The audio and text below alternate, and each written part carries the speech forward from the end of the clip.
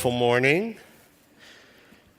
I know a lot of you probably are thinking, I'm listening to his accent. He must be from Boxburg. Near Donkey. East Rand. Oh, that was supposed to be funny. I'll wait. Okay. Now, I'm from America, obviously. I've been coming here since around 2008. I was originally brought here by a gentleman, Mark Keating, with Sales Guru, and decided that South Africa is an amazing place. So I spend about 4.5 months a year here. I'm almost South African-American, if you will. And it is absolutely a stunning place. You're very fortunate to stay here. And, I'll tell you just briefly on my background. I grew up in a place called West Virginia. I don't know if anyone has ever been there, but let's put it this way. It makes Kempton Park like Santon City times 10. Like, it's like really, really, like when I'm at Kempton, I feel like I'm really at home, but but where we're from, it's 10 times worse. It's we call it redneck. Do you all use that word here? Like your cousin could be your sister, that type of place. At least that's what my Uncle Dad said. And it's really kind of interesting, but I grew up there my whole life. I graduated high school with what we call a GPA, a 1.33. Now, the way GPAs work is they go from 0 to 4, right? Straight A's would be a 4.0, and if you got straight failing grades, it would be 0.00. So 1.33 is not great.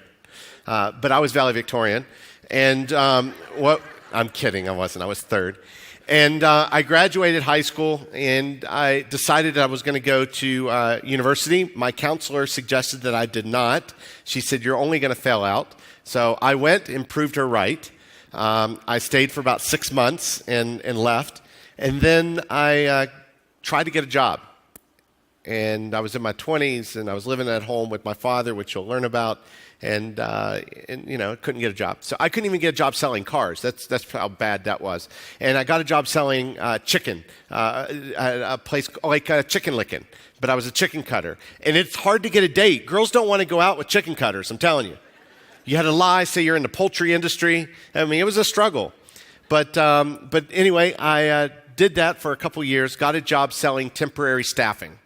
And that's where I'm not sure if it's called that here, but what we would do is try to sell temporary workers in offices and go door to door, cold calling, the best kind, where sometimes you hand their card to someone and they don't take it. Has that ever happened to anybody? It's like, here's my card. And they're like, no thanks, I don't want your card. It's like, well, take the card, throw it away, but don't be rude. I mean, just take the card. And I was kicked out of buildings. I've had the police called for trespassing. That's that kind of stuff. And listen, I will call a prospect until I get a restraining order, okay?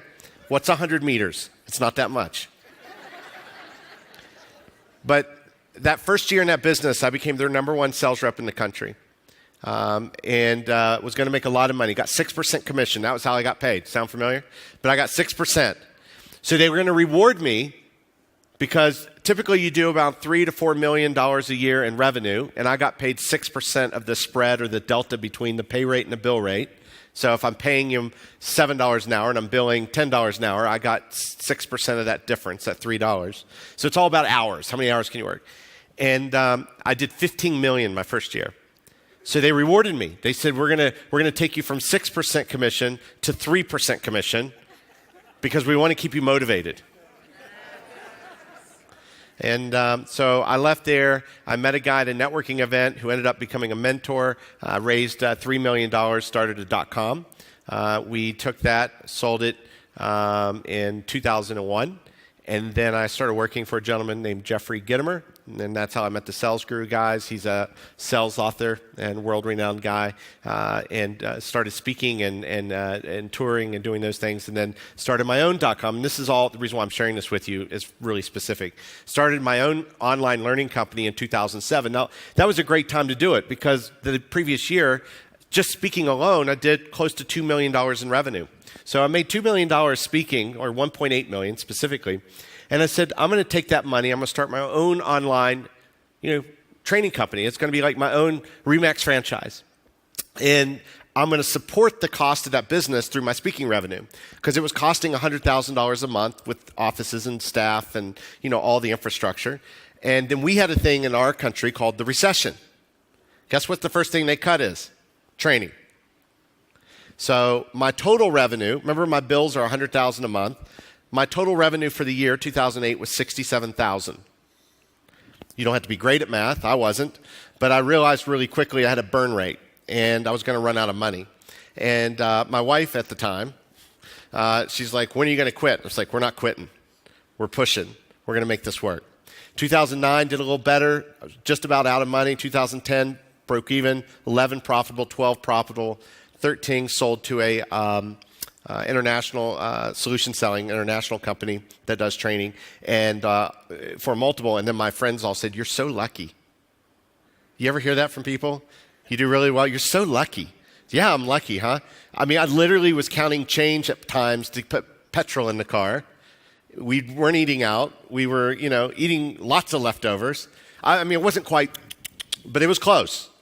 And but you know what? Sometimes life is hard, and you got to push through. One thing before we get started here, I'm going to go ahead and throw up my slides for you. We're going to talk about how to influence people, and today's not just about your RE/MAX business, because some of you are crushing it, some of you are struggling. You know who you are. Some of you are new. Some of you have been around so long you're comfortable. But also in your personal relationships, and that's what we're going to talk about today, is how can you influence other people and guide them and help them to achieve what it is that they need and want in their life, right? And let me hit the next. Do I just hit the next button? This is my slide thing, correct? Nothing's more awkward than me standing here. Let me hit it again. Okay. So make sure your phones, real quick, little housekeeping, if you look at them, please make sure your phones are turned on. And that way at any point you get bored or I'm not relevant, you can play Candy Crush. You can do whatever it is you need to do. And because it's always awkward when you try to sneak, and like, nobody will see me. Just do it. Have fun. But the thing is also is today, since we're talking about you're going to be very interested in this. I thought this quote was very intriguing to me. And essentially it's basically saying, look, we all know what we're supposed to do. If I tell you one thing today that you say, oh my God, I've gone my whole life, I've never really understood that, then that's a big issue. We know what we're supposed to do. It's how willing are you to do it? How willing are you to push through the pain? Because pain is a much bigger motivator than pleasure. And when you can do that, you're going to build your business as well as your personal life, right? Now, you don't have to worry about reading. I'm going to tell you what this is. But Gallup did a survey. And this survey, they tracked children from grade 5 to grade 12. And they asked them one question. How confident are you that when you graduate, you're going to find an amazing job? Now, what I thought was really interesting about this statistic, if you look, it says 70% of little girls at grade 5 said, I'm going to be president. Well, I don't know if that's a good thing, but I'm going to be something great. And if you follow them all the way through grade 12, it goes from 70% to 46%. Yo! What happened? And when you begin to dive into that subject, people say things like, well, reality kicked in, and they had their teeth kicked in, and they got now these, the real world is showing them how tough it is. And maybe that's true. But I also find it interesting that they did another survey, and they asked American parents, they said, if your child brings home 3 A's on a report card, a C, and an F, where do you focus the majority of your time? And listen to the phrase, where do you spend the majority of your time focusing over the next quarter? What do you think the answer is? 83% of the parents said the F. Now, there's a basis behind that. Why? To raise it up. Very good. I love the group participation in Joburg because it's fantastic. You guys are on fire. Especially this area. I mean, you guys, woo! So the thing is, when we think about it that way, all we're really doing is focusing on their weakness. You're spending the majority of your time trying to do something good. You're strengthening what they're weak at. And at the end of the day, what happens? You have a strong weakness. Why are we not saying ignore it, I'm saying you manage it. But what if we focused on what they're really great at and help influence them to take that skill and change the world? You know, it's interesting when we look at that because how many of you know someone in your own office that we see the weakness and we try to fix that weakness as opposed to saying, hey, let's find the strength in that person. let's find the strength in this person, and they may actually fit together to make, two of us weak could be a really strong one. And that's kind of the concept. If I look back even in my own elementary school, and I pulled all my report cards, and they were all basically the same. I put one up here. This is from 5th grade, and it says, Brian's working very hard on his grades, but we're still working hard keeping him to stay quiet in class. And even at the end of the year, it says he still likes to talk too much. Here I am in 5th grade, 11 years old, doing what I'm doing now. Shut up, sit down. That's a weakness. But yet I've made millions of dollars doing what they told me not to. And for us, on our side, let's find what we're really good at and let's focus on that. Not just you as an individual for work, but you as an individual as a human being. How many of you have children? Nobody can say we don't work in this city, right? This is great. I have a little girl. She's 12 years old. And we actually had an amazing heart-to-heart talk last night on FaceTime because, she says, why do people have to be mean? Why do people have to hurt animals? It was a pretty deep conversation. And she goes, I just want people to stop hurting people because at school now they're exposed, the news and current events. And I told her, I said, Alexis, that that's never going to change. Life is always going to be hard. People are always going to be selfish and hurt others, and you'll never change that. But what you can do is change that one person. And why don't we find something you really believe in and let's go for that in life? And why don't we focus on how we can make a difference in that one person because you can save that. And she's like, I never really thought of it that way. Because I have 2 goals for my daughter. I want her, number 1, to be a powerful, strong, independent woman, doesn't need a man, can go out there and make it happen. And I give her that confidence that she can do anything. I've always told her, she's like, I don't know if I can do that. It's like, Alex, this is America. Anything's possible. Which has backfired because now I'm like, no, we're not doing that. Why? This is America. But she adds her own thing now. We're going to make America great again. Little politics. Okay, cool. And the second thing is obviously to keep her off the pole. But those are the 2 big goals that I have as a father and to make sure that we push through that. This, by the way, was my high school senior year. See my GPA at the bottom right, 1.33. It says that I'm not eligible for extracurricular activities. Somebody asked me, what does a W mean? That's when they withdraw you from the class because you suck that bad. They're like, let's not even try. I got an E in Spanish, and I was Spanish club president. And in Spanish, too, they only speak in Spanish. I'm like a migrant worker at the DMV, at the motor vehicle. I'm like, I have no idea what they're saying. Just sitting back there. And, that was a fun year. How many days? I missed 36 days that year. It was almost like South African holidays. It was fantastic. Just like every week I had a day off. It was awesome. And by the way, we have a holiday this week, don't we? And you know what that means? Let's start winding down today. Come on. Because tomorrow doesn't really count. And we're already here half a day, so might as well start braaiing.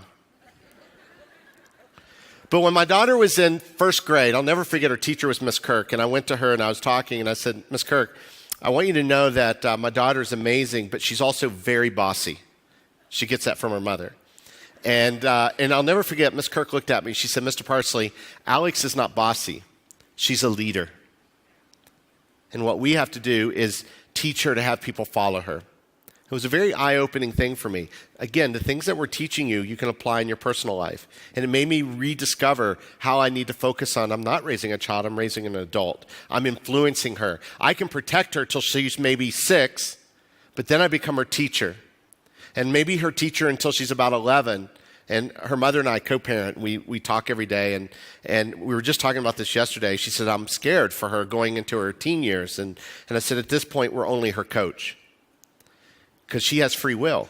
We can love her, we can give her, we can teach her, we can do everything we can. But if she chooses to make a bad decision, that's ultimately her choice. And then we hope we'll become her consultant later in life. And that's also true with your staff, and that's also true with your coworkers. My job's, I can do what I can to support you and help you, but ultimately, you have to make your decision. You cannot say, anyone in here earn commission? Just curious? Oh, fantastic. then this is going to make sense. When I shared with you all that stuff before, I'm not a salary guy. I'm a straight commission sales guy. I'm a hustler. I know here that's not a magazine, but that's what we say for grafting. I'm a hustler. I work hard, and if I can't say, I'm not allowed to say that costs too much. I can only say I can't afford it because you decide what it is you want to earn.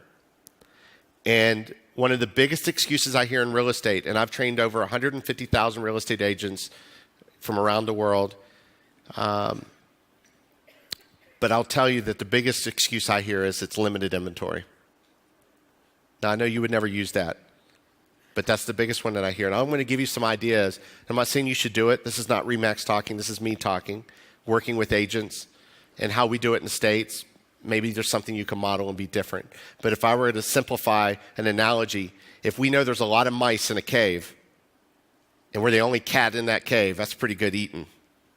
But when all the other cats figure out the mice are in there, the mice go away, the listings.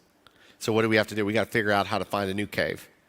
So that's all I'm challenged to do. You want to be different? You can be different. So this is where we are in today's world. Look how distracted people are.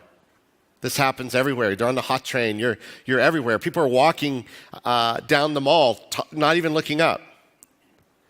And I hear people, and they'll say, that's the problem with today's world. Not connected. I saw a husband and wife at dinner, and all they did was talk on their phone.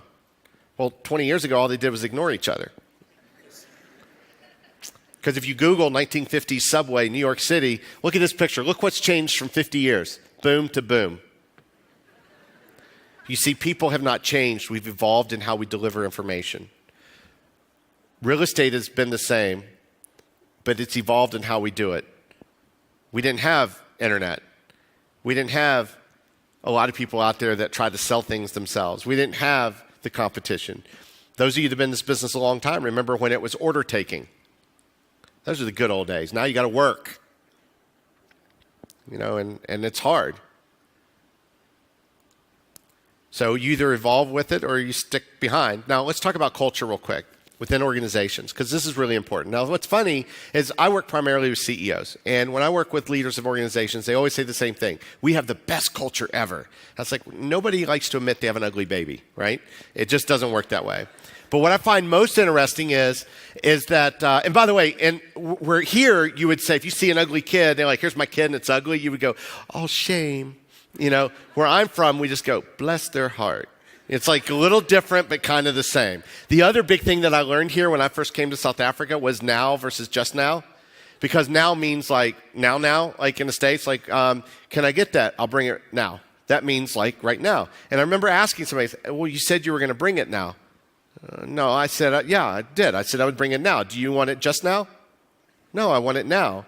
Sir, I told you I would do it now, but if you want it just now, just say, and I'll do it. Or now. What do you mean now? I want it now. And it's like this whole game of understanding how it really works here. But what I did is I came into this organization a few years ago, and he said, I really want to be able to identify and survey our employees, see where we stand, and I also want to talk to our customers. So I said, let's talk to the employees first. We did an anonymous survey. And I only asked them 2 questions. You know why? Surveys suck. Nobody cares about surveys. They're too long. No one reads them. You fill it out. Even in your personal life, you go out to eat. A manager comes to your table. The manager says, how was everything? Even if it wasn't that great, what do you say? It's fine. Because why bother? Because they're going to be like, oh, well, what we'll do is we'll certainly revert and do some training around that area. No, you're not. What if that manager came by and said, guys, based on your experience tonight, if you were opening your own restaurant, how likely would you be to hire your server? It's a totally different question. And by the way, here would be not a lot. And as another little side story, yesterday I ate at a place called Fornos. And I had probably one of the best servers experiences my whole life here in South Africa. Now, the good news is the bar's low when it comes to service at a restaurant. Would you all agree? If you don't do this more than 3 times, that's where I don't even go to Virgin. I just go work out at the restaurant. You just raise your hand. Sorry, let me do this one for a while, and that's it. This lady came up. I don't remember her name, but she was so kind and she was so nice. I want to say her name was Patience, but I don't think that was probably her given name, but that was her name. And she was so friendly, and she smiled, and I like bacon crispy because I'm American. That's what we do, and it came crispy, which I always ask, but it never comes that way. So I just expect what it is going to be, like that little floppy stuff. But it was crispy, and it was so phenomenal. And she stood over, and she was busy too. On top of that, but she didn't have to come to the table. She would look and be like, and I was like that. And when she finally came and she brought the bill, and she goes, "I'm going to swipe my card first, because that way, if anything ever should happen, you'll know it was me that took your card." And she swiped it. And I said, "I just want you to know you have been the most amazing server." Now, breakfast was like $150 or something. I said, "I just want you to know it was the absolute best service I've had in a long time. And you were fantastic in your smile. And I just want you to know, because I want you to continue to do that." And she said, "That is so nice. Thank you, sir, very much." And then I gave her my card, and I wrote on the bill, whatever the bill was, like $150, whatever. And I slid through the tip line, 0, and wrote 157 or whatever it was, because I wanted to see what she would do. I said, "Here you go." And I was sitting waiting for her, going like, "Ish," but she didn't. She said, "Okay, sir, thank you so much." And she started doing the thing. And then I handed her $200. And I said, "Thank you." And she like almost sat down, she goes, "No, are you sure?" And I'm like, "If I had more, I'd give it to you." She's like, "I wish you had more." I said, "But you're that good, and you need to know that." And she said, thank you. Because I think sometimes we're so focused on the bad, and we start seeing the bad. And let me share with you that beliefs drive your actions. Actions create the evidence that gives you the results. If I believe this person is a negative person, I'll find the evidence to support that. If I believe I'm going to find the good, I will. And I'm not talking about that hokey, tomorrow's going to be great. Tomorrow I'm going to have hair. Tomorrow I'm going to have hair. I'm not going to. I brought a hair dryer with me, I'm positive, but I know I'm not going to have hair. That's just the way it is. So I did this survey and asked 2 questions. The first question is this: based on your time working here, how likely are you to recommend your job to a friend or family member? Now, this is based on a thing called Net Promoter Score, NPS. A fantastic book for you to jot down is The Ultimate Question 2.0. You can get it on an ebook, The Ultimate Question 2.0, because it drives the values of why are people loyal? How do you influence customers to stay with you? And it came down to this ultimate question. And I'm going to show you how we score it. The score works like this. If you circle a 9 or a 10, you're what's called a promoter. Those are people that will drive farther, pay more, never leave you no matter what. Okay? Even if it's inconvenient, they're going to do it. That's a +1 score. It's not complex. Just remember, promoter +1. A 7 or an 8 is what's called a passive. They're neutral. It's a 0 score. Not good, not bad. It's irrelevant. But it just kind of is there. Those are commodity driven. What's your rate? 6? Okay, cool. That's fine. Whatever. Good experience. A 6 or below is the same score. It's a detractor. So a 0 score or a 6 score is a -1. They all are scored the same, a detractor. So how do you get your score? You take your promoters, subtract your detractors. Passives don't count. That's your score. -100 to +100. Everybody on board? Anything below a +5 is bad. When I look at this company had a -11, but 28% of their employees are detractors. That means 28% of their people have quit, but they show up every day to work. Don't point fingers, but you know what I'm talking about. That's not a good place to be in. I asked the second question. What's the one thing we could do to help you love coming to work every day? What do you think they said? Scream it out.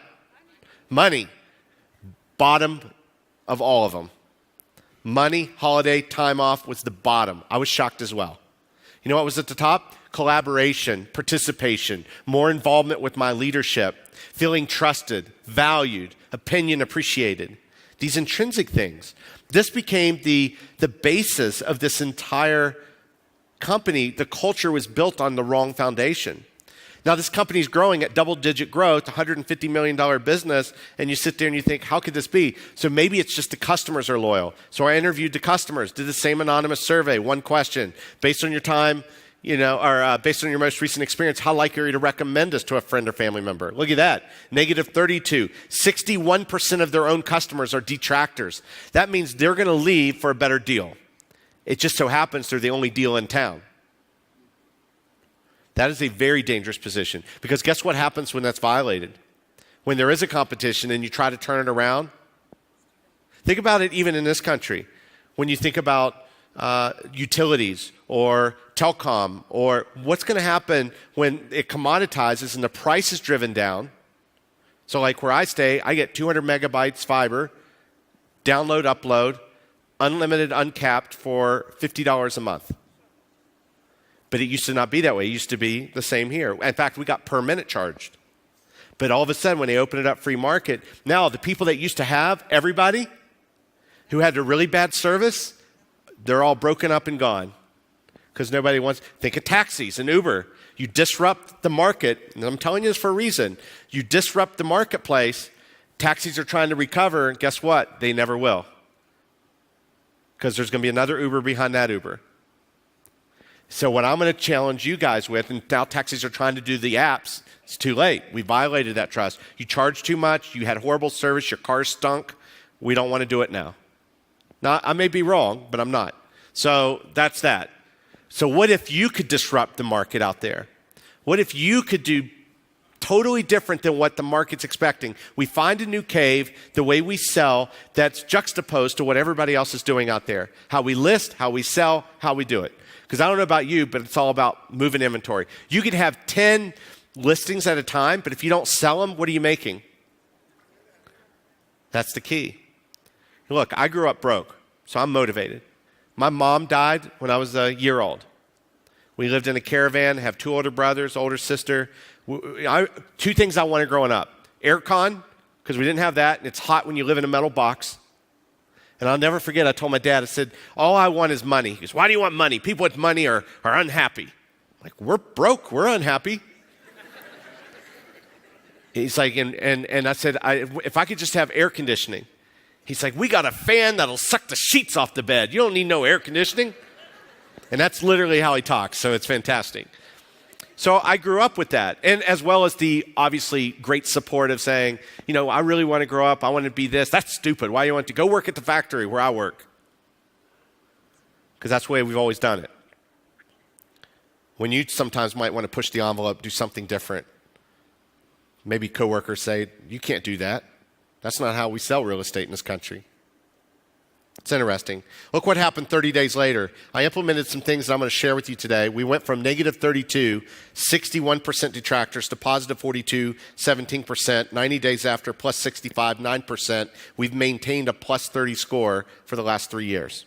And we do it on a weekly basis. And the reason why we do it weekly now is because we can close the loop, find defects or challenges before they become habits. So what if we could do that and turn around ourselves? We can influence people. Now, their challenge also were policies. Policies and hot dogs are 2 things people don't want to see made, right? And it's so quick to say, sorry, sir, that's our policy. We can't do it that way. But imagine if we could change that concept. And it starts like this. My friend Jason, who lives down in Texas, and he's married, and last year he had this, his wife had a baby, and he overheard her speaking on the phone to a friend, and she was telling her friend how she was having cellulite issues that were coming, and she's never had that before. He said, Brian, it just kind of got to me. I didn't want her to feel bad about herself, so I went to a spa, and I talked to the lady, and I said, this is what I heard, and this is what she said, honey, that's very normal. Don't even worry about it. It's very normal. Here's what you're going to do. You're going to take her a jar of this cellulite cream. So he wrapped it like a gift. Oh, some of the ladies know where this is going. And he hands it to her. And we're a mixed company, so I'll only give you part of the version. But she basically got very upset. How dare you? And what happened was he said, Brian, I realized that sometimes we make horrible decisions based on bad data. The intent was good. And by the way, how many times has that happened when there's a miscommunication or misalignment that when it happens to you, you always say, well, that wasn't my intent. But what happens when somebody else says something that offends you? It's like, how dare you? That's offensive. Happens all the time. But I don't think most people start out to, on purpose, try to get people angry or upset. Right? So if I looked up the definition of culture, it said down at the bottom, it says the cultivation of bacteria. And I thought, that could be true. That's culture. But it's really about what you want people to say about you and your business. What are they saying about you when you're not here? So here's tip number one. You ready for this? And it sounds so basic, yet I promise you very few in here do it. When you get a listing, let's say you're in an estate. Let's just use Daneford. I'm in Daneford, and I get a listing. Lucky day. I'm going to stick around there as long as I can, and I'm going to go knock on as many doors as I can, and I'm going to hand them my card, but not the old-fashioned way. Hi, my name is Brian, and I'm with RE/MAX, and here's my card. Should you ever need a listing, I just did a listing down the street here. Because guess where your card's going to go? In the bin. But what if I walked up to that person, knock on the door, it's like, hi, my name is Brian. I'm actually with RE/MAX, and I listed a few houses down from you. But the reason why I'm here today is I need your help. Because I want to find the perfect family for this neighborhood, and especially this street. And I thought perhaps you could share with me what you believe would be the ideal person to stay here. Now, that doesn't mean I'm really going to go out and find those per se. I'm not going to be like, oh, sorry, you got to have 2 kids. But I'm engaging them and involving them in the process. They have a different connection with me, and more than likely they're going to keep my card. Does that make sense? What a simple thing you can do to go out there. Oh, and by the way, maybe they want to sell their house down the road. They're going to remember that guy that came by. We got his card. Let's call him. It's the little things, not the big things. It's the little things that you do around the relationship that's going to be the difference, right? And by the way, special thanks also to Ian Ross, because it's funny because I just talked about that, and Ian and I were just talking before we walked in. How many of you know Ian? Okay, sorry. But he's a franchise guy here in Joburg. And I met him through another guy, through another guy, through another guy. Networking, never underestimate it.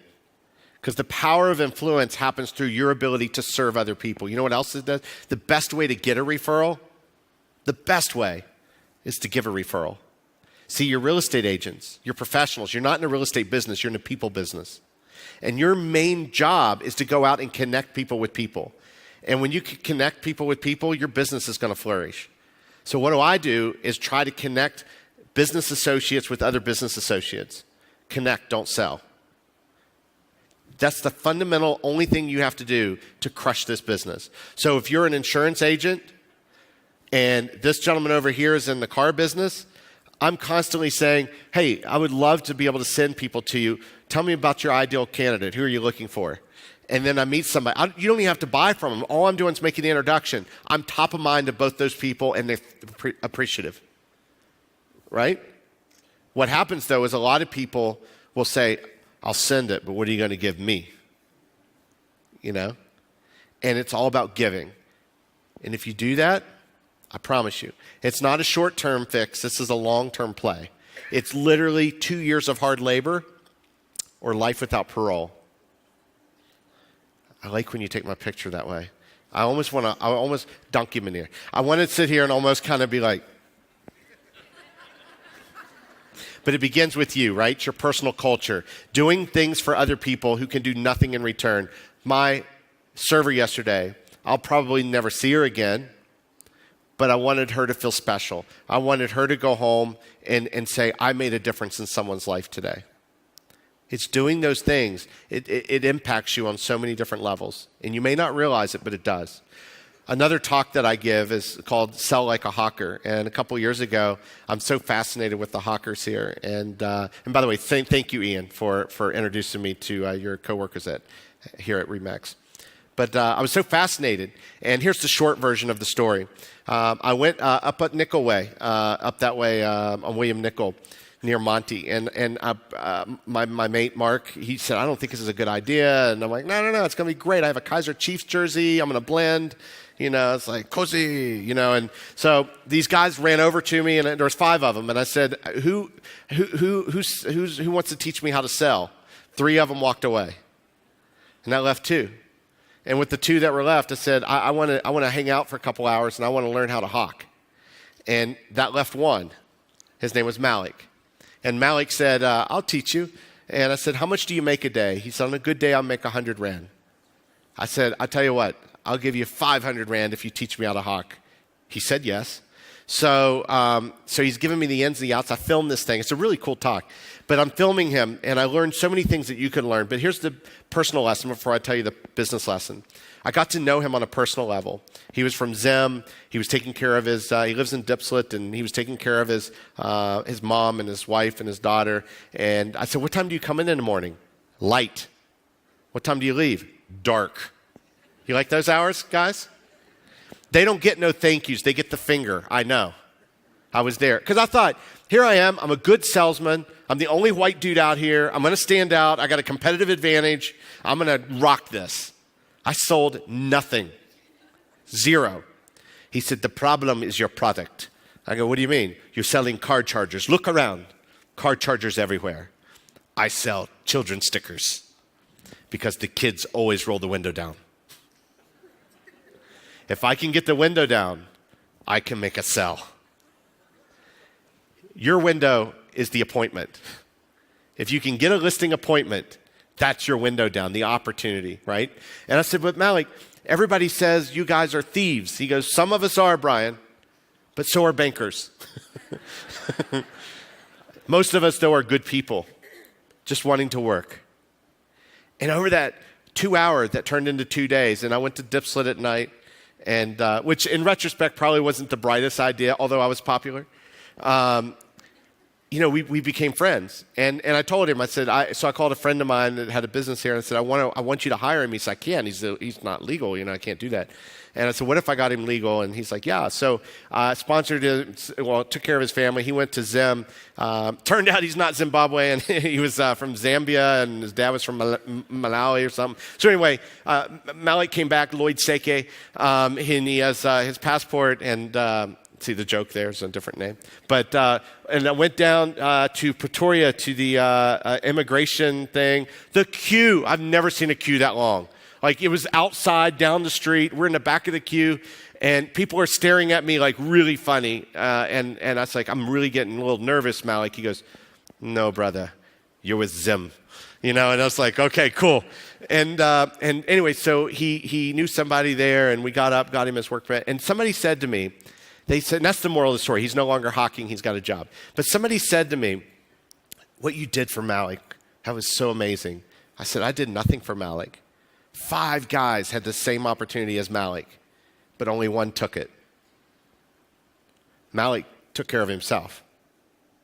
You have that opportunity. Are you willing to step up and take it? Right? There are a lot of houses. You go, there's not a lot of listings. You know what? Go on Property 24 and tell me that. There are a ton of listings out there. They're just not yours. Anybody want to argue that? So then it comes down to, how are we getting them? And what are we doing? And what's the best way to do it? There's 2 things you can control. Number 1, the beliefs. I shared that with you. Beliefs drive your actions.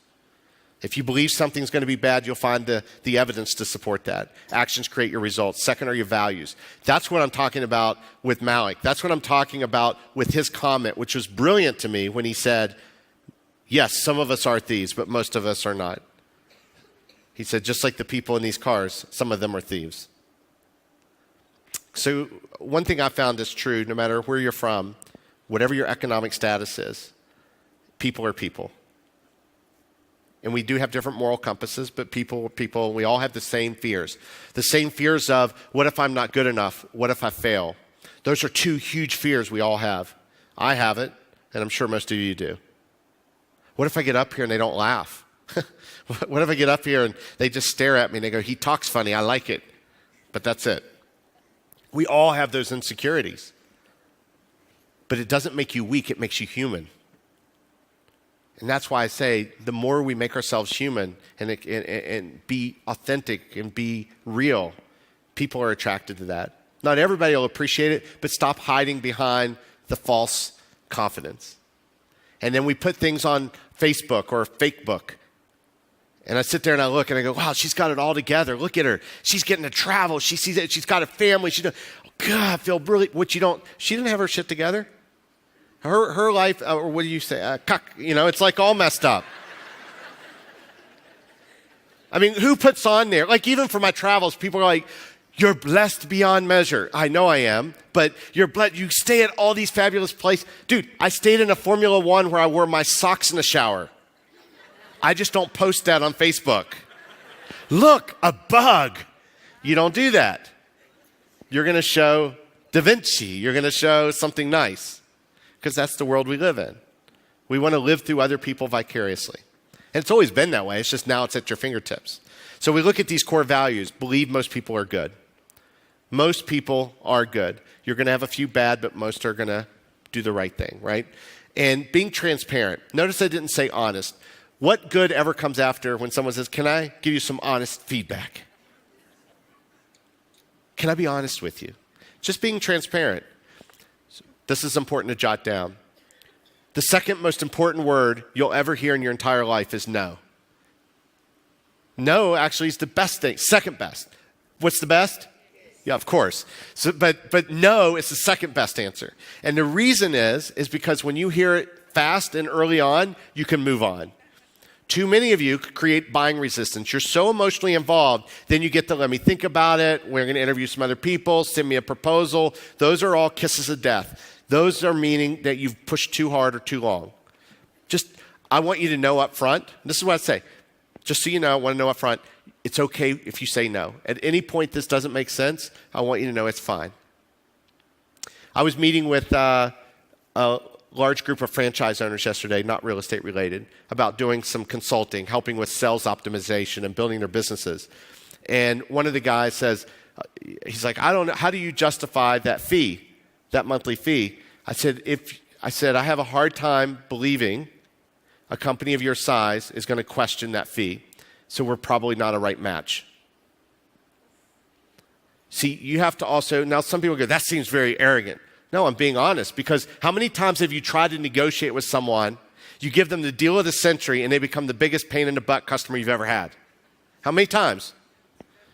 I just flat out said, I don't think we're going to be right for each other if price is the issue. Because I'm giving you a Maserati at a Tata. No offense to Tata, I love him. And he's like, no, it's not. No, then he's coming back the other way. You'll be surprised. Be willing to walk away from deals. And it's not about you don't need to do it with arrogance, but you do it with confidence. Because you got to believe in what it is that you offer, your service. You commoditize your service down into rate and price, people are going to treat it as such. But it's far greater than that. So I don't get paid for this hour. See, I'm like Evel Knievel. I get paid for the attempt. If you don't know who that is, you're too young. But what we're paying for is the experience. What they're paying for you is your intellectual ability. No matter how long you've been in this business, how good are you at it, right? So if we look at this, how do you give value first? That's where we talked about giving referrals, helping them build their business, giving them opportunities, giving them tips and ideas even after they move in. Not one and done, I'll never see them again. People change homes. My mate Mark was from Danefern to Four Ways and says, no, I want to go back to Danefern. How would you like to have been his real estate agent? 3 times in 2 years. That's the possibility that's out there.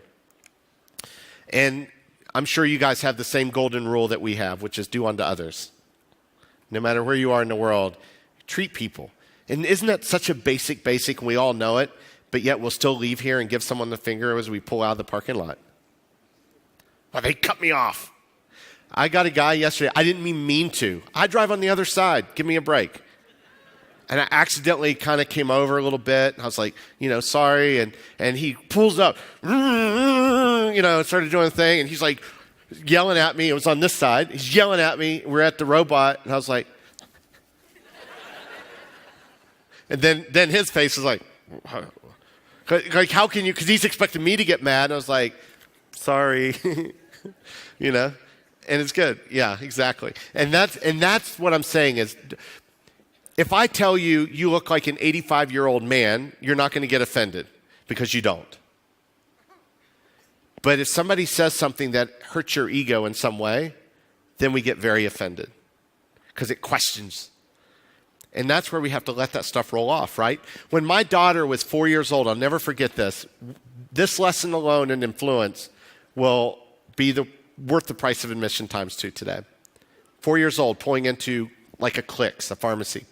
And her mom was driving, and she said, Mom, where's the effing pharmacy? 4 years old.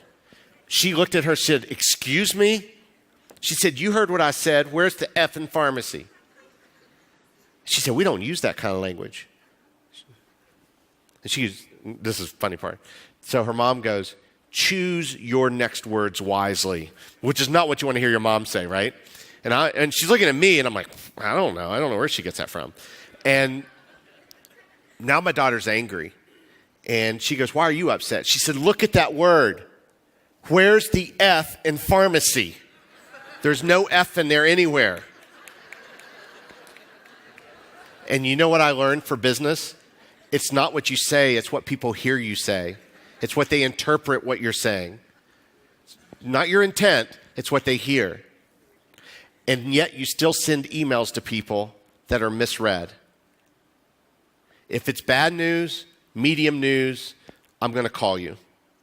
I'm going to talk to you face to face. But we have to document. Document after. Per our conversation, I just want to make sure I understand my commitment to you. But I never deliver okay news or bad news in email. It's too easy to be misread. You give me any email, I'll read it in an angry voice and a happy voice, and it'll have two different meanings. And you've done it, haven't you? Where you've read it one way and you're going steaming, and then you reply and then you read it again, you're like, oh, I misread that. So something to think about. Pharmacy is in some places, though. And then we think of these great speakers. You know, look at that. You have JFK and Martin Luther King and Gandhi, and they're so good because they say these phrases just right. And you're not even American, you can do this one. Ask not what your country can do for you. Know this. I have a beautiful. You guys are great. Where are my sandals? I don't know if he probably said that, but maybe not at an event. But they didn't just say these things just right. They were actually pre-framed. All great speakers, they have everything prepared, their stories, the way they say things. It's not an accident, it's a deliberate effort. So you got to say, how many of you have ever had an argument 20 minutes later you thought, if only I would have said that would have been a zinger? All day long, huh? But yet, that doesn't happen. These great speeches are prepared for a reason. You need to have great speeches prepared. You need to have great stories written. This isn't part of the talk, but let me just share this with you. There's 5 parts to any story, and we've known them our whole life.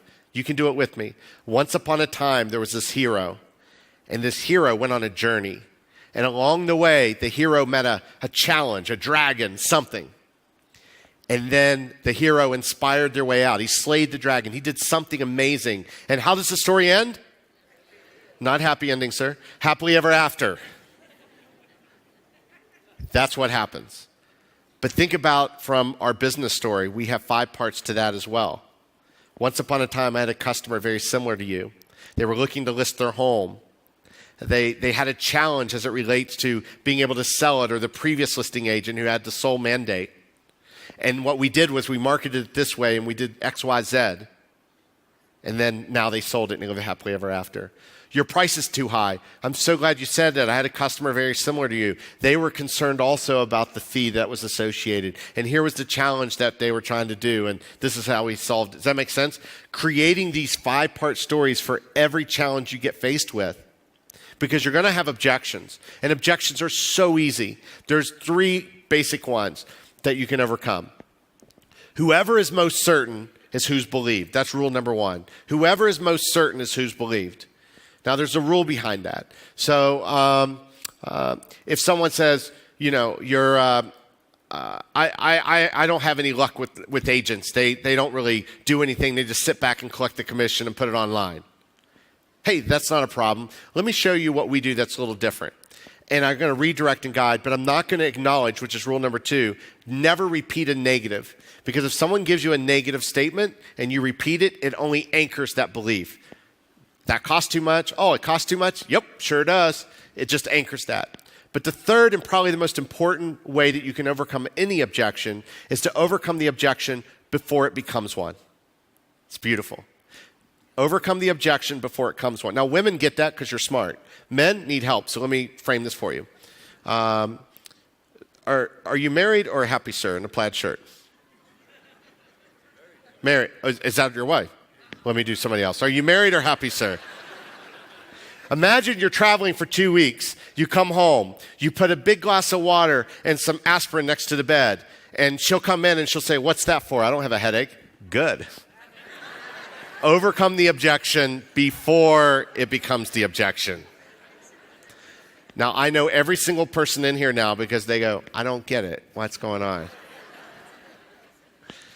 But it's all about framing. If I look at this is a picture I took down in Cape Town a few months ago. It's beautiful. I put a little frame around it. I got up early, watched the sunrise. What if I changed the way, though, that picture can look by just changing the frame? You see, framing is everything, how you say it. That's why the F in pharmacy is so important. You want to influence people? You need to influence them through how you frame your statements, your stories, the way you handle them, the way you hold yourself, to give, to serve. You know, there's a great American music artist, well-renowned, tons of awards out there. His name's Lil Wayne. And Lil Wayne, some people are like, going, huh? Lil Wayne's amazing. And we can learn a lot from some of his, no, I'm going to quote to you from one of his songs called Blunt Blowin'. Blunts are like Durban poison, I think, or something. But one thing he said in there is like, you don't need a bus pass, you need to bust yo, which I thought was kind of cool. He's always talking about stop just taking. Why don't you sit there and people put up walls? I just put up wallpaper. Like, it doesn't bother me. I let stuff roll off. But he said in here, times have changed, but get a new watch, right? And that's the thing. We have to evolve with the times. And I would have never thought I'd get business advice from Lil Wayne, but it's so true that we are always living in the past, hoping for the future, but missing the present. Because if all you do is worry about the past and hope for this future, you're never going to get the future. That's the key, right? How important is trust? Pretty important. What's more important, they like you or trust you? Trust. Let's do this. Let's pretend that you're single, I'm single, and let's pretend I'm attractive, okay? Are you there? Okay. I take you out on a date. Spare no expense spur. And we're out there. What, is that too much? Too soon? I take her home, kiss her on the cheek. She calls her best friend and she says, you know what? I really trust Brian, but I don't like him. That would never happen. Because you must first like me before she can trust me. Trust comes through action. Likability comes from your willingness to serve and to be open. How likable are you? How friendly are you? How willing are you? That's the secret. Trust is important. It's imperative. But it only comes through time with your actions, right? There's 3 types of influence, and we're going to talk about all 3. One is called negative, obviously, unintentional, and positive. Now, here's the interesting thing about this. You can't change negative influence. You can't change the guy cussing me out in the car. I can't. You know why I don't get upset about that stuff? Because you know what I do in my mind? I play tricks in my mind. Instead of me getting an ego hit, I'm sitting there thinking, God, somebody has to sleep next to him. Can you imagine? You got to wake up next to that guy every morning. Shame. It's just interesting how you think through why people, and also we don't know what they just went through either, because it kind of changes things a little bit.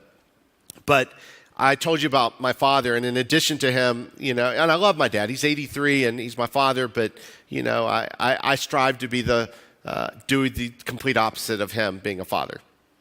And that's not a knock on him. He did the best he could with the knowledge he had. I just kind of know what I didn't want. And we were also hoarders. Do you all know Hoarders? Do you have the TV show here called Hoarders? My dad and my stepmother are hoarders. And I actually let him see the show just to get this aha moment. And I'll never forget, he saw it. And at the end of the show, he looks at me. I said, what do you think? He said, yo. Well, he didn't say yo. He's not from here. But he said, those people are sick. It's like, imagine that. those people are sick. This is my dad's house. I took these pictures a few months ago. This is the bathroom. I know, right?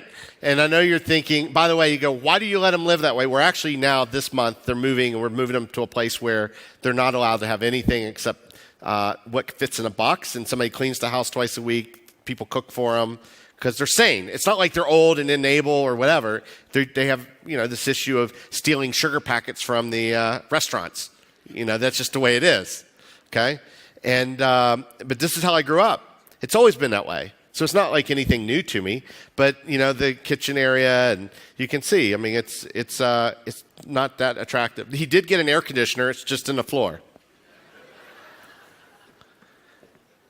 Now, let's say, for instance, you have two brothers. We'll call one Brian, and the other one, let's just call him Mark. And they both had the same negative influence growing up. One decided that, well, this is normal. This is the way we grow up. This is it. And then the other one says, I don't know, this doesn't feel right. By the way, my kitchen's a lot cleaner, okay? So I changed, and let's say hypothetically this other brother did not. But if you ask my brother and myself, why are you the way you are today? You know what we both say? Because of my father. I can take an agent that crushes it and an agent that really sucks, all in the same branch. The same franchise. And I asked them, why you are the way you are? And they said, it's the market. It's my manager. It's true. Negative, you can't control what happens to you. You can only control what you do or react to that. What are your beliefs around that? You want to influence other people, they will follow you. My dad sleeps on the couch. I said, Dad, why don't you go sleep in your bed? He said, that bed's uncomfortable. Well, there's a mop in it. Of course it's uncomfortable. And it's new. Why don't you take the wrapper off? Why are you going to buy a mop if you're not going to use it? Right? But how can you reason? Have you ever reasoned with a drunk person? Doesn't work. It just doesn't. I mean, think about this. This weekend you see guy is really pissed, right? And you go up to him and say, you need to calm down. You know what? You're right. I'm really drunk. I need to calm down. You just can't. I can't change his mindset. So stop trying to change people. Just kind of look at how you can react to those things, especially negative influences, right? This is the kid. I mean, it goes on and on. But it's very contagious. It says it right in the word. If you think about influence, good or bad, it's contagious if you let it get to you. So I prefer to not let it get to me. That's me. But we all have to make our own choices. And that's the thing I've learned with my daughter, being 12 and independent and super uber confident and those things. But I told her last night, it's like, look, you're a young adult now. Because I find that when I try to boss her and tell her, I get pushback. And I'm not trying to give her way, but I say, instead of saying, you're not leaving here until you clean your room, because I'm pretty obsessive about making the bed and ensuring everything is put up. And because she takes after the genetic predisposition of my father. But instead I say, listen, here's the thing. Before we go, this room, we need to make sure the bed's made. We need to make sure things are in their drawers. And the bathroom, your bathroom has to have everything put in the drawers and straight. But you decide how you want to manage that. Okay? We're leaving at 3 o'clock. So whatever you want to do, and if you want to watch TV up to 5 minutes before, that's cool. But do I have your commitment? Yes, I'll do it. And she does. So people manage different ways. But the problem is, like love languages, if you go to the 5 love languages, people love, physical touch or words of affirmation, gifts, acts of service. The same way for selling. We sell the way we want to be sold to. And the problem with that, from a behavioral perspective, is if someone is more introverted or someone's more factual, and I'm a very outgoing, I want to be your friend kind of a salesperson, I don't adapt, I'm going to suffer with that. Okay? I want to share with you something else. I'm going to tell you the story, then I'm going to share this. I think the statistic's pretty accurate, but I'll give you a quick example about most people are good. I came home from SA, and I went to a grocery store called Harris Teeter. It's like a Woolies. And I went in to get some groceries to take home for a lunch. I was tired of eating out. I dropped my bags really quick, went to the store. When I got to the register, to the till, I had about $30 worth of stuff. I forgot my wallet. I was like, has that ever happened? I was like, man. So I saw a manager going by. I said, sorry. I was like, I live 10 minutes away. I just landed from South Africa. I left my wallet at the house. Could I leave this stuff here? Let me run home real quick. I'll come back, pay for it so I don't have to put it all back. He's like, we can't leave it out. I'm sorry. I'm like, okay, that's cool. I'll be back. And he said, no. What I'm saying is I'll ring it up. You take it home and then just come back after you eat lunch and pay for it. I was like, sucker, I ain't coming back. No, I came back. And I posted it on LinkedIn. And within a few days, you have 4,000 likes and, 400 plus comments. And I write in different magazines. And in this country, I write in Salabwana. So in the South African Airways magazine, I wrote an article, Why Should You Trust Others? And it was in the magazine. And then I also did it on Twitter to 20,000 people. And when I got all that, and I got the magazine, because I write 3 months ahead, and I got the magazine, I went back with this and the magazine thing. I said, do you remember me? He said, no, sir. And I showed him that. He goes, oh, yeah. He said, why would you do all that?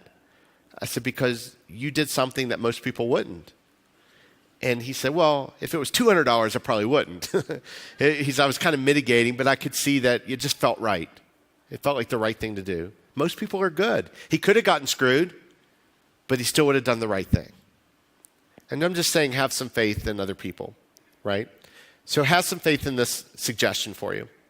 I totally get the concept of soul mandate and getting your full commission. Everybody's on board with that, right?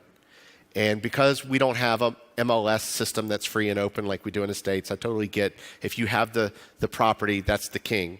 But at the same time, many of you aren't willing to budge off of that listing or do a co-broke with that listing. I may use my language different, but you understand, do y'all just say co-broke? Okay. Share with someone else, especially if it's a new listing. So I sold one of our homes in April, and I listed it, sold mandate, same thing, listing agent, and we sold it from another agent who happened to have a buyer in 4 days. Okay? So each of those agents made $30,000. Now, the argument could have been the listing agent said, no, I'm keeping it for myself, because inventory is very limited where I stay, and I can make $60,000. Or she listed it, 2 days later, they came for a first showing because she happened to have a couple that just moved into town. They wanted a home in that area with a pool. They would have never found it. She would have never met these people. And they came back a second time and said, we want to make a cash offer right now. Would have never had that. So was she stupid? Or should she have held on to it? The answer is it's up to you. But here's the reason why I think this way. Imagine from a marketing, remember the cave analogy. All the cats are where you are right now. A little bit of mice. What if I go in this new cave? And here's the new cave. I'm meeting with you, sir, and I'm going to list your home, okay? And I'm going to say to you, one of the things that we do at RE/MAX, like every other agency, is we ask for you to have us as your sole, listing agent. And the reason why we do that is really simple. It keeps the confusion down. I become the straight point of contact, and it makes it easy. I do something a little different than pretty much any other agent in this entire country. Most of us hold on to our listings and try to find our own buyers. What I like to do is share with every agent out there from every agency and every real estate company out there. I share my listing with everyone because now you have thousands of agents out there looking for you, not just one. And the best part is I actually pay them out of my pocket. It costs you nothing more. Would you be open to that? So number one, you're going to get more listings because you're painting a different story to them. In their mind, I got 2,000 agents selling me, not just one agent selling me. And number two, you're going to churn a lot more business. Yes, half, but I'd rather have half of something than all of nothing. And I'd rather have half of moving inventory because here's the third part, the subconscious part of this strategy. When did you put your home on the market? Because it happened to me. Because there's other people in the neighborhood that were trying to sell that didn't sell. They're like, who is your agent that you sold in 4 days? And do you believe that buyers tell other buyers and sellers tell other sellers? Imagine, now you're in a whole new cave over here going like, people are going to be calling you going, I heard you sold my friend's house in 4 days. What's your details? We want to talk to you. Now, listings no longer become the issue because everything is open. I'm just challenging to say, why don't you prove me wrong? You can always go back to the old way. But to me, that's way, whew. It's kind of hard. Every time I look at myself, I look away. I never can get that straight. But a lot of it happens unintentionally. Even think about it, brand authority. I go to conventions all over the world. I see people and they start drinking and carry on. And next thing you know, they're on Facebook and they have no idea. Somebody goes, that's why I'm not on Facebook. Well, you kind of are and you just don't know it. There's a grocery store chain in the U.S. called Giant Foods. They're also a pharmacy, and there's a sporting goods store also, you'll see. But they said, we're going to save money with marketing, and we're going to share a billboard. And they did, and it just didn't turn out the way they thought it would. And who would open a fish and chips restaurant next to a fish store?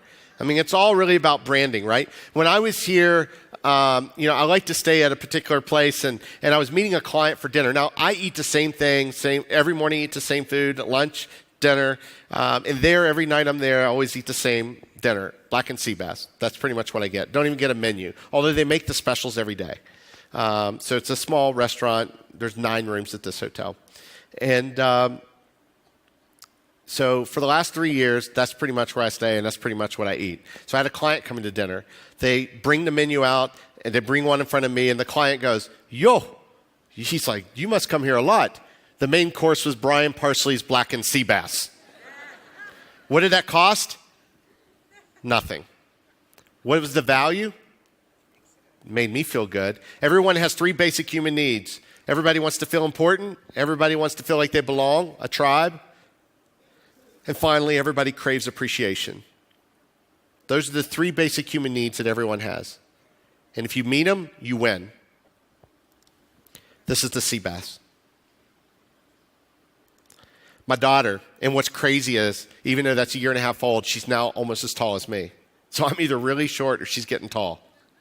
And we go on daddy trips. Like even last year, she's been everywhere from Dubai to Los Angeles, South Africa, which she wanted to be here this week, but she couldn't because school just ended yesterday.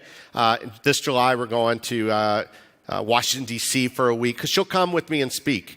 She'll actually come up on stage. It used to be when she's a baby, I would hold her up, 5,000 people. She'd be like, hey. So her whole life has been in front of a stage where she's, always just had positive experience. Now it's not, can I come up and wave? It's how much platform time can I have?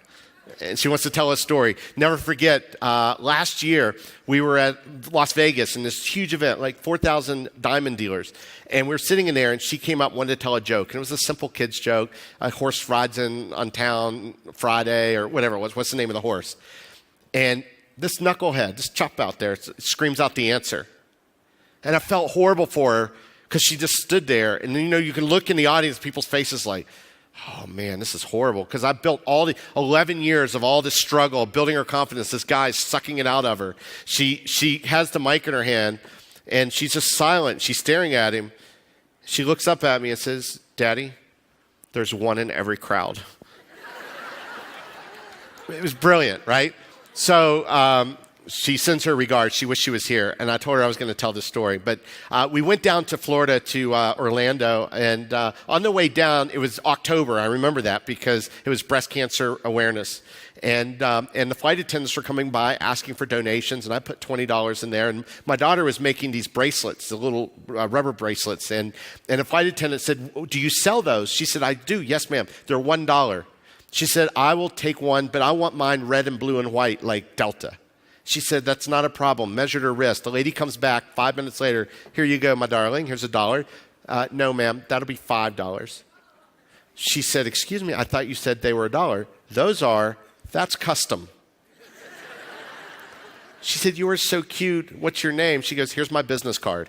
And she has her own business card. Her mother is an elected official, like a minister. So she has future mayor, swimming superstar, dessert connoisseur. She loves that. And I love the bottom where it says, P.S. I'll call you. But here's the moral of this story about influence. On the way back, one seat got upgraded to first class, one didn't. So I'm in row 20-something. And the flight attendant comes back halfway through the flight, and she said, is your daughter in 3C? And I'm like, depends. And she goes, well, the reason why I'm sharing that is she was the only one in first class that donated to the breast cancer fund. She put $5 in the bucket. And I thought, that's amazing, because unintentionally, I was influencing her. And I share that for those two reasons. Number one, I'm a great dad. And number two, for her, we don't realize, and for you, that we're influencing people every day with our actions and our inactions. How we react and respond and recover to problems. The way we serve our clients and customers. It's not my job. It's not my fault. May not be, but it's my problem. You know? In the last 7 days, I've had a little over, well, it won't matter, but I've lost jewelry, like a watch and some other stuff, like lots of dough from hotels. And in both cases, I literally walked out. One was 10 minutes later. I'm like, oh, I left that, and go back and it's gone. And, it's sad, but it's my fault I left it, and that's just the way the world is. But I can't live my life, because here's my rule. In 20 years, if I were to die in 20 years, would I be on my deathbed and say, I had just the most incredible life. I was so blessed. But that one time where I lost $100, that is BS. If it's not going to impact your life in 20 years, it's probably not worth that upset. Would you all agree? So I'm just challenging you, when you start feeling that rage come on, even the manager was like, they felt horrible because they saw the camera and everything, but they denied it. So what can you do? And I just said, it is what it is. I mean, it's frustrating, but maybe they needed it more. Redistribution of wealth. That's our plan. Okay? It's 2017, 11. And so I'm real excited. So when we check into the hotel, I got this message from my daughter, handwritten note. And it said, we are so honored to welcome you back for a daddy-daughter weekend. We're always so happy to hear that you're visiting with us. I hope Disney and your super sweet dad time is great. Come back and see us again soon. Always your friend, Amanda. Don't know Amanda? Never met Amanda. But that is what's called a personal experience connection card. Now, I know it's difficult just to mail a handwritten note here, but when you sell a house, instead of just dropping off some appetizer, why don't you write something that's impacting them and their family? Do something you can do anything for me, I appreciate it. Do something for my kid, that's everything. Okay? Personal experience connection cards, make it about them. Not, thanks for allowing me to sell your home and put food on my table. You're welcome. But being able to say, you're going to have wonderful memories, and, Johan's going to love growing up here, that type of thing. So that to me is a really important thing. Now, this past New Year's, we went back down to that same hotel. She wanted to tour the kitchen. She loves pastries. And I called and I said, please, is there a way that she can meet the chef and go down into the kitchen? They're like, we would love to, but it's going to be New Year's Eve and it's busy and we just can't. But when you check in, he said he'll meet you in the lobby. So we go check in. There was a nice little card, delivered there. Dear Chef Alexis, you like that? And we walk in, and here's the chef, and the chef has this big hat. And it was almost like she saw the Queen of England. She started tearing up and kind of a little bit of shakes. And she's like, good morning, chef. And he's like, I heard you wanted to tour the kitchen. Unfortunately, we can't. But he's like, I need you to be on call. She goes, for what, chef? I may need your help later. She said, really? He said, here's your ID badge. It cost them $1. And she has this ID badge. And she leaned over and said, you can call me Alexis or Alex, but in public, it's chef. She wore that the whole time. I was meeting with Savos, his sister Tasha, the Tasha's Cafe. And I was like, what you guys need to do is create Tasha's junior chef, and every kid that comes in here, give them one of those name tags. Now they're walking around with that. Or maybe just now came to me, you have junior real estate agent badges, and you give those to all the kids, Amanda, whenever you're going doing a listing and you see a child and you say, would you like to be a real estate agent? They'll wear that stuff. It's free advertising. Free. Man, I'm brilliant. It just came to me. God. And then we go to our room, and there's a gingerbread station in our room. I didn't order it. I had no idea it was going to be there. with a chef, not him, but a sous chef. And for an hour and a half, they made this gingerbread house. She was so proud. In fact, when the lady was leaving, I was going to give her a tip. And she goes, no, it's included. Included? And she hands me the bill. It was $270. I was like, ish. I would have never ordered that if I thought it was $270. But I'm so glad they didn't tell me, because it was the most amazing experience for her. She did a PEC. She wrote a handwritten note to him, letting her know, how much she valued and appreciated, because she didn't know it cost money. She goes, the fact that you would have thought of me that way, chef, means so much, and I put it together, and I want you to be able to have a picture so that you can see that I have potential. And the day before we left, he called the room and he said, I'm off tomorrow, and I want to see if it's okay if I can borrow your daughter in the morning. I'd like to come in and give her a personalized tour of the kitchen. And they spent 3 hours down there and made like liquid nitrogen fruit and all that. She has all kinds of videos. It's crazy. But when you do things for others and her authenticity, and she practices these same things, it's amazing what happens, right? Finally, there's positive influence. And to me, negative I can't control. Unintentional, I can be aware of that. Every day I can kind of pay attention. But this positive influence, it's the little things. It's the things like if I were in hospitality and I had a hotel, it's so easy in today's world. I see Amanda's coming. I can Google Amanda's email and see where she works. I can see what she looks like. I can go on Facebook. I can go on Instagram. I can bet you I can find something that she loves on there. Maybe it's her and her family. Maybe it's something. I can print that picture. I can put it in a little frame and put it by her bed. So when she walks into her room, she sees a picture of her family sitting next to the bed. Would cost nearly nothing. And imagine the impact. Would that make an impact on you guys? It's the little things. It's not the big things. And in your business, it's the small relationship things that influence people to guide them to want to list with you, buy from you, and be a customer for life, because most people move several times within their lifetime. So every customer potentially is 5. Well, Pablo Montoya is probably one of the most well-renowned Formula One open-wheel drivers out there. He won the Indianapolis 500 twice, the NASCAR Daytona 500, as well as Formula One. But short of kicking a crutch out of a kid's hand, his customer service skills are really bad. He's not fan-friendly. That's his reputation. And it came from Formula One because they didn't have to. But in NASCAR, you have to. In open wheel in America, you need to.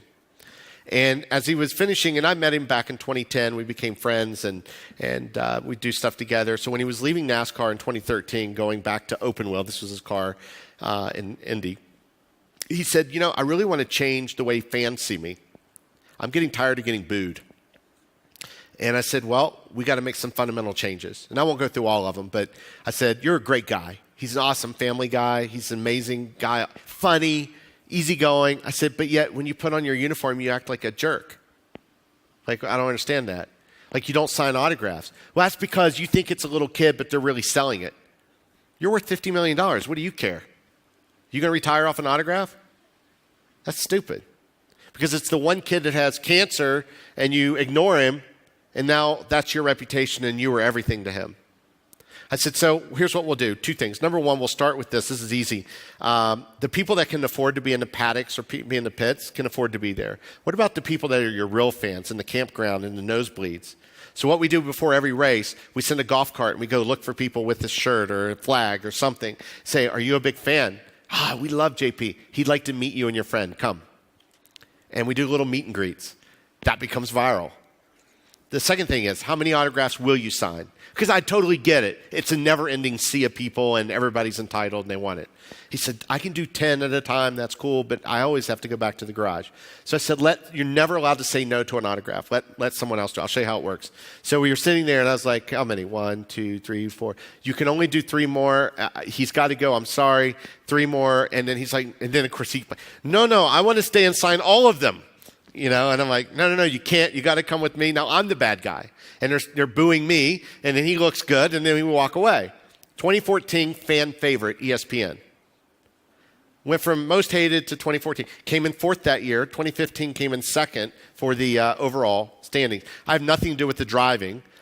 But he said to me, he's like, you made me feel more confident in myself because do you not perform better when people tell you how great you are? And here's what's most interesting. What if you had a person that followed you around, guy or girl, doesn't matter, and they follow you, and every morning when you wake up, this person's walking out the door with you, and they turn and they look at you and they go, are you wearing that? Seriously? That's stupid. And did you hear what you said yesterday at that meeting? You sound like an idiot. And your hair's ridiculous. You look ugly. How long would you let that friend hang out with you? How long? One day you'd be an asshole, gone. One day. But yet every person in here has that person internally every day that you let speak to yourself that way. Every single person does that. Why do we let ourselves be so cruel to me? You should be your biggest fan. Do you not believe? So he said, you believed in me, and that helped me be a better person, a better driver, a better whatever, because then, it's great to be liked. It's not necessary, but it's great. Does your performance go up when you feel confident? 100%. So it's something to begin thinking about that. By the way, he tweeted, if your business ever needs a speaker, see my friend Brian. And I got a couple gigs out of that. And I asked him, I go, why'd you do that? He said, because you always do stuff for me. It's about positive influence. Ian said that. Isn't it so great that you're able to be here today? And he said, and you were so kind to help me when I needed help with something at my office. It's all about be willing to serve. To serve is the rule. And if you have that mindset, money doesn't become, money's secondary. It doesn't bother me. It ebbs and flows. It comes, it doesn't come. I'm straight commission. Some months I can make $150,000. Some months I can make 10. It doesn't matter. Because the key is also how you live. The key to being profitable in your business is controlling expenses, not revenue. Revenue is important, but controlling expenses, because when you're out of control with expenses, it puts pressure and you don't get your peak performance to drive. It's a chicken egg kind of thing. So it comes down to this, confidence. Because we have 5 minutes left here, okay? I have a friend of mine, Andrew. He comes up to about to hear on me. Here's what's interesting. Little guy, top 3 most unattractive men you've ever met in your life. He'll tell you. But he dates the most beautiful women. And I remember asking my ex, I said, how does he do that? She said, he's sexy. I said, he's a troll. And she's like, I know. No, he's hot. It's his confidence. So I asked him, I said, Andy, can I come just watch you, like in action? And he's like, yeah, man, come on down. So we go out, and it was so cool. Like, he just fearlessly just walks up to any woman. I was like, what about her? Go talk to her. He walks up to her and goes, hi, I'm Andrew. What's your name? And he starts talking about her in a genuine way. It wasn't cheesy like, you from Tennessee? You're the only 10 I see. It wasn't like that. This guy was genuine and awesome. And within a minute, she was like, when I was single, I'm like a hyena looking for the injured kudu, the weak one, like, it's crazy the difference that does in our life. But there's an evil twin between confidence and cockiness. And that's where you say. So sometimes people may say, like when I told the gentleman, maybe I'm not the right fit for you then. It's uncomfortable. Well, maybe it's uncomfortable, but the reality is it's the truth. And I'd rather be transparent than to get in a relationship, or you do the listing and we then 4 months later they go, you haven't done anything for me. Now that's your reputation. Not only that, it's RE/MAX's reputation. Let's move on. That's the cue to go back. Shop. There's a difference between being confident and incompetent. You do it enough times where it stops feeling new, that's confidence. It's only a foreign language until you know the words, and then all of a sudden it's just normal. But the challenge is this what we talked about, the guy that stands next to you every morning, because your thoughts influence your actions, right? I say create a brag letter. I have a brag letter. It's in my bathroom. So you don't post it on Facebook. I'm going to share it to you, but I just have it in my bathroom. Subconsciously, sometimes I read it. I know what's on there. I wrote it. But I just wrote down some bullets that were important to me so that every day when I'm brushing my teeth, I see it. and I know it. And I wrote things like, "You're the father that you wish you had." Because to me, being a good dad is everything. And I'm also very fortunate that she has a great mom. And we're, co-parent and great parents. You're amazing. You care about other people. You make a difference in someone's life. If I make a difference in one person on this trip, because there are days people go, "You must have the most amazing job in the world." My job sucks. I'll tell you. I fly over 140 hours a month. You want to sit in that chair for 14 hours straight? How about 21 hours? Because you get a little bit of stretch when you transit. It took me 38 hours to get here this trip. Don't feel sorry for me. I'm well compensated. But the problem is that that's the crappy part of my job. The crappy part of your job is out getting listings. The crappy part of your job is the paperwork. The crappy part is going to closing. The best part is making a difference in someone's life. To have them call you and say, "Man, our kids love it here. And if it wasn't for you, we would have never found this house." How many of you ever had that call? Anyone? That makes it all worthwhile, doesn't it? I wish I could speak on childbirth, but they say it's the same way. I did have a kidney stone once. And that's like our problems in life. They feel really big and they're very painful, but like that kidney stone, they will pass. It just takes time. But you see, I even put Nutella on there because I love Nutella. It's fantastic. But having that brag letter in your life, because nobody's going to wag your own tail. You have to be proud of what it is that you do. And that's your core. You want to influence other people, you must influence yourself first. That's the power of it.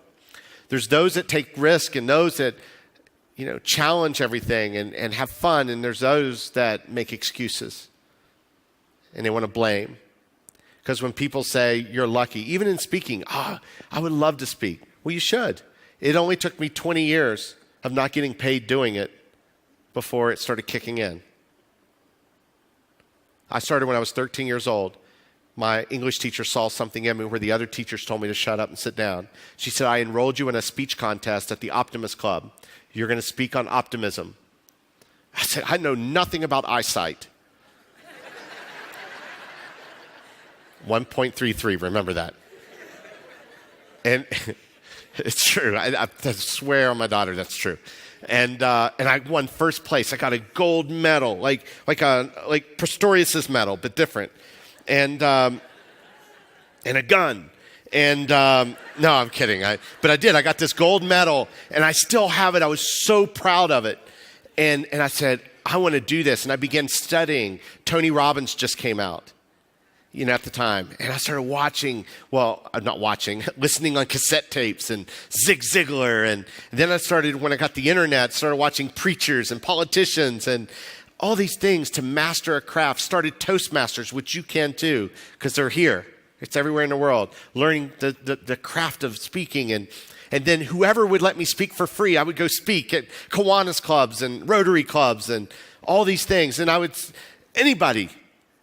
And then all of a sudden, after just 20 short years, I became an overnight success and began speaking and making money. And that's what real estate is all about. It's about putting in the work. It's not about showing up. Those days are gone. It's about work. But it's easy work because it's about relationships. That's how you do it. Have fun. If you do that, you win.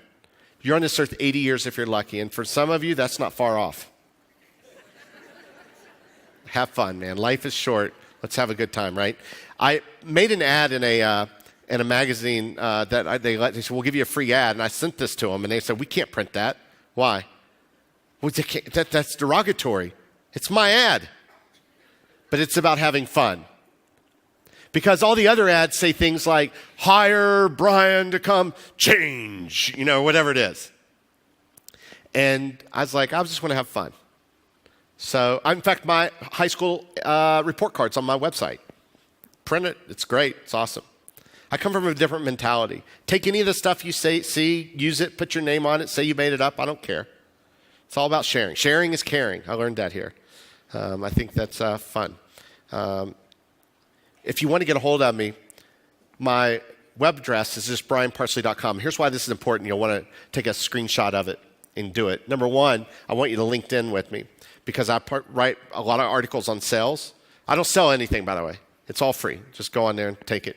You can join me on Facebook if you want. And also, that's my WhatsApp number, and that is my cell number. So my mobile number, direct. I don't have it go to my PA, it goes to me. And that's my email address. If I don't, and then you click it, it goes right to your mailbox. If I don't respond, I didn't get it. But I'm here to serve, and I love what I do. I want you to love what you do. One last question before we walk out, because my time is up exactly right now. How many of you believe you walked out of here today with something that you can use in your business or life? Raise your hand. Awesome. One last question, and only raise your hand if you're honest, but how many of you would like me to come back again and speak on a different topic? Can I see your hands just to see? Okay. So again, Adrian, the tribe has spoken. Okay, Amanda? So at the very least, I'll see you this time next year. But between that time, I hope I get to see many of you, and I'm going to be sticking around, so hopefully I'll get to shake each of your hands. All right? Thank you guys very much.